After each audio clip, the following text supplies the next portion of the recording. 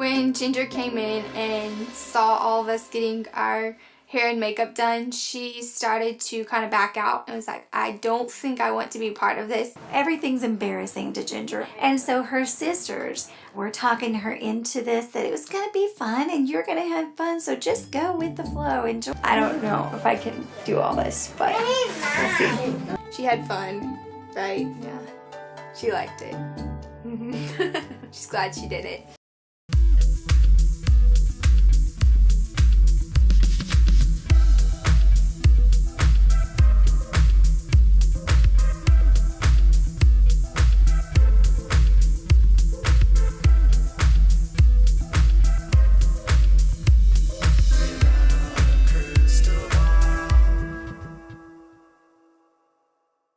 Hey guys, it's Katie from Without a Crystal Ball. Welcome back to my channel. It is, what day is it? Is it Friday? TGIF. Do you ever just wake up and you think about what Snoop Dogg would do? I a lot of times feel like that in my life. I'm like, what is Snoop doing? He's literally one of my favorites. Anyways, I love Snoop Dogg. I've got my Snoop shirt on. I don't remember where I got it, but it's my fun Friday afternoon. And we're gonna talk about Jeremy and Ginger.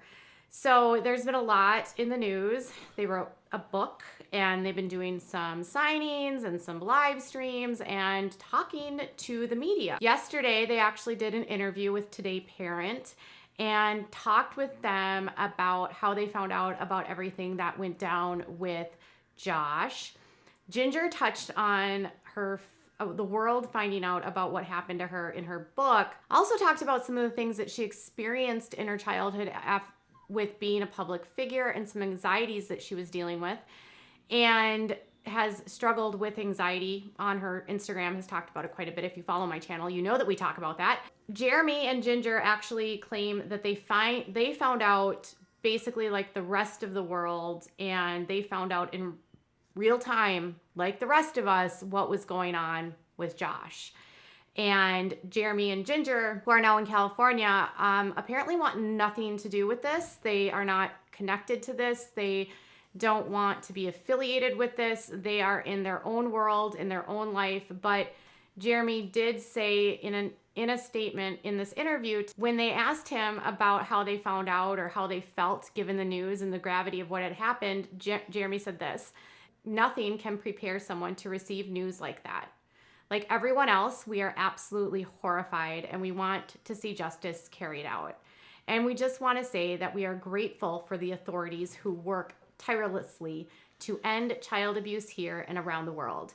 We're praying for all the victims in this situation. Really, we're praying for everyone who is involved. And Ginger expanded on getting through dark times by saying this: as a Christian, my hope is based on who Jesus is and what he has promised. Jesus even tells us that we will walk through the valley of the shadow of death.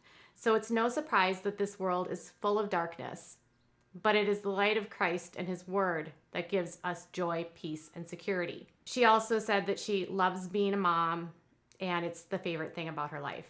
Jeremy wants justice, and Ginger is talking about the world, like the darkness of this world and the light of Christ in the other world. And I think that's the extent of what we're going to get from them. And I think it's good that they're also praying for the victims. Only Joy, Joy, Ginger, and Jill have all now said that they really do want justice for the kids that are involved in this. And a bunch of you guys actually noticed that and said this: the only people that are speaking out from the Duggar family are actually Josh's the sisters that he did things to. Literally none of his brothers have said anything. None of his, like John, I would have thought John would have said something. Nope, nothing.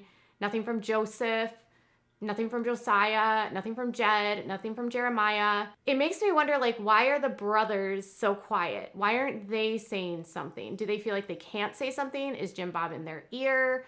Why are they not saying anything? I mean, they don't have to say anything, but given how public this family is, you would have thought they would have said something. At least I would have. But again, maybe they just want to distance themselves from this, and maybe they just don't want to say anything. Either way, I do like hearing that someone in this family has their eyes on the real problem here, and that's the children that were being harmed in everything that Josh was downloading, and the huge problem with that whole industry. And it is an industry, sadly. It is an illegal industry, but it is one nonetheless that is billions of dollars, and it has affects children all over the world. And Josh has a huge spotlight on this whole world. And now we know where Jinger and Jeremy stand.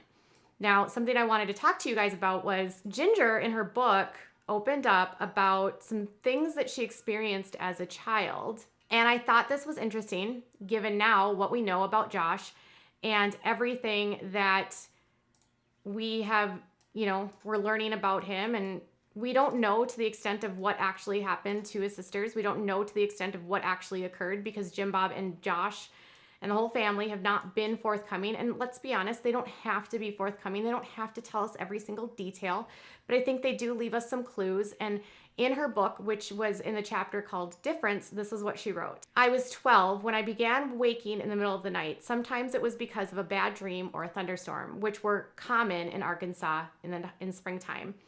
Other times my eyes snapped open in the dark for no reason at all. I squeezed my eyes shut, trying to will myself back to sleep. Instead, my mind swirled in an endless spiral of fear. What if there's a tornado? What if mom or dad get cancer? What if I get cancer? What if I get in a car accident? She says the fears usually culminated with one terrifying, all-consuming question is, if I died tonight, would I go to heaven? My brain told me the answer was yes. We had been taught that if we were ever questioned whether we were saved, we could look back on the day we prayed the prayer of salvation and feel confident. But I know now that salvation doesn't come simply by muttering word in prayer, and it certainly isn't just a feeling. Salvation is the amazing transformation that happens when God changes someone from inside out. Jesus called it the new birth, but at the time, all I felt was fear. Was I trusting in Jesus' work on the cross or in my own good deeds? Was I saved? Was I not? She talked too about how her mom helped her through these by, she would go to her mom's room to talk to her and get some consoling. And she said her mom never pushed her away and, would listen to her and read her Bible passages and try to comfort her. And then she said, Mom never told me to go back to the bed or sighed with frustration when I appeared at the side of her bed. I was never an inconvenience. She sat with me for hours in her room, listening patiently as I pouted, poured out my fear that I wasn't saved. She quoted scriptures, especially Romans, for whoever shall call upon the name of the Lord shall I be saved. But the fears didn't stop. My nighttime awakenings became so frequent that Dad wrote out scriptures about fear and worry for me on the sheet of a spiral notebook paper. I read them dutifully and convinced myself I wasn't afraid anymore. In the blackness of night, though, I forgot every verse I'd read.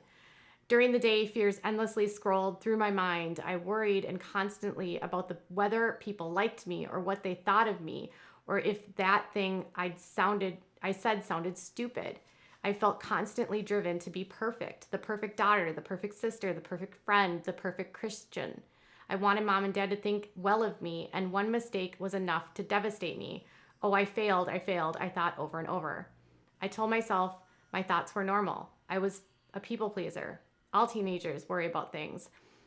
I didn't want to admit that selfishness was taking root in my heart. So the sad thing to me is that Jinger is claiming that her desire to be perfect is actually selfishness. And this makes me sad, honestly, when I hear this. And if I'm being honest as a mom, if my child came to me and said that they were having fears and anxieties, the last thing I would want to be doing is reading them prayer. I mean, obviously I would want to calm them and comfort them, but I would also want to have a talk with them about what the fears are, what is it that they're experiencing, and if they are so significant and so scary that we maybe talk to a doctor to see what's going on here. Is there something that they need to talk about? Could a professional help us with this? Is it causing strain in your day? Is it making it so life is more difficult? Ginger's parents, sort of knowing that she was having a hard time waking up at night in fear, it sounds to me in a way like she felt like her life was sort of out of control, and the way she felt she could control things was by being perfect. What concerns me about this passage in this part of the book is that the police report says that Josh did these things to his sisters at night, and that the occurrences happened with Josh while they were allegedly sleeping. She's not able to sleep at night, and she's having anxiety with the darkness, perhaps because people had been coming into her room and doing things to her.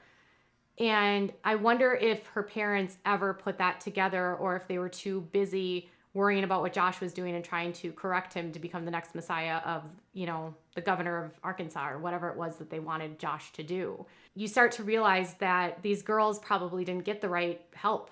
They probably didn't get resources. They probably didn't have anyone to talk to outside of their parents, who seemed to suggest that the only thing that they needed was God. And today, Jinger is still saying that everything that we're dealing with Josh in an indirect way by walking through the shadows of death is the darkness of this world. And it's not the hope of Christ, which is in the other world. The sad thing is that what you're experiencing is the man, Josh, who made a choice. It's not the darkness of Satan or whatever else that they think it is. It's a man who has made terrible choices and has done terrible things, and she is a victim of him. And it makes me sad because, in a way, within that, she doesn't even realize that she could look for other ways to get help outside of the Bible that could help her learn and grow and manage some of that anxiety. She went on further in that same chapter and talked about developing an eating disorder. And again, her mom handled it by her basically telling her to pray, and then making her follow a diet and eat X amount of calories per day. And that was it. And she didn't really resolve the chapter by any means. She didn't say that the eating disorder went away and that she still struggled. That's how the chapter ended, basically saying that she still had feelings and she still had these things, but nothing actually went away. And so I wonder if that need for perfectionism is still there, and if that she would have just gotten help to help her deal and cope and provide coping strategies that are healthy outside of the Bible, whether or not she wouldn't be still struggling with that. And I know that she has talked openly on her Instagram about having anxiety. And I also know that her cousin Amy, I shared a post last year when Jinger talked about how she was having anxiety, and Amy sort of responded and was like, you can get help. And as this book has been making rounds and more information has been revealed, the book through the media, I think it's telling, given what happened last year with Amy and her basically saying, you can still get help. It's okay. Amy posted this on her Instagram. Mental health checklist. Tend to your trigger with love. Have you talked to a friend? Have you complimented myself or someone? Have you said no when necessary? Let go of other people's judgment. Asked for help when I needed it, and did something that inspired or motivated me. And in the caption she wrote, there's nothing wrong when admitting that you need help. Getting the proper care is so important for your overall health. Your brain must be healthy in order to be a healthy, functioning person. There's no shame in getting counseling and working through your trauma, your family, and your relationship issues. It's okay to not be good or fine. It's okay to set boundaries, and it's okay to take appropriate medication. Your mental health is what matters. Take good care of yourself because you matter. And I think, in a way, given the magnitude of what's happening, Amy is sort of subtly reminding you, again, Jinger and the others, that if you're struggling, that you should get help. And there's no shame in getting help. There's no shame in talking to a doctor. Unfortunately, the church they go to doesn't believe in psychology. They don't believe in mental health. They don't believe in mental illness. They believe that mental illness is a product of Satan in your brain. Jeremy has done sermons where he talks about that. And he says that, it's just a lack of faith or whatever. And John MacArthur, who he follows, and that's the school that he's in, is staunchly against any sort of psychiatry. And it's just sort of that means of anything that could actually prove what they're learning is wrong, they're against. And I hope that through this, and I can only say this, is that I hope Jeremy and Jinger will wake up and realize that the group that they're part of right now has the same patriarchal beliefs that could land their daughters in a similar situation. Not saying that Jeremy would do any of these things. Patriarchy as a whole benefits only the patriarch. It doesn't benefit the wife, it doesn't benefit the kids, and it certainly doesn't benefit you, the husband, to prevent your wife from getting help if she needs it. And if she's struggling and is having anxiety and she's just saying, well, I'm finding positivity in God, it's never going to be the true answer. While I applaud Jeremy for coming out and saying that he stands against all of this and they want justice to happen, I do hope that Jeremy can help his wife, because clearly she is still struggling. And it's clear just in what she's written and what she says and what she posts on Instagram that she's struggling. I truly hope that at some point Jinger hears what Amy has to say and she knows that if she needs help, she can get it. And if she needs to talk to a doctor, it's okay. If she needs to go on medication, it's okay. It's okay if she needs to talk to a counselor. Perhaps Jinger could even reach out to her sister Jill, and maybe Jill could recommend talking to a counselor. Jill has taken a lot of steps over the years and is currently in therapy dealing with all of the trauma from her childhood. And I think Jill could probably encourage her sister. All right, you guys, tell me what your thoughts are about all of this in the comments below. Bye.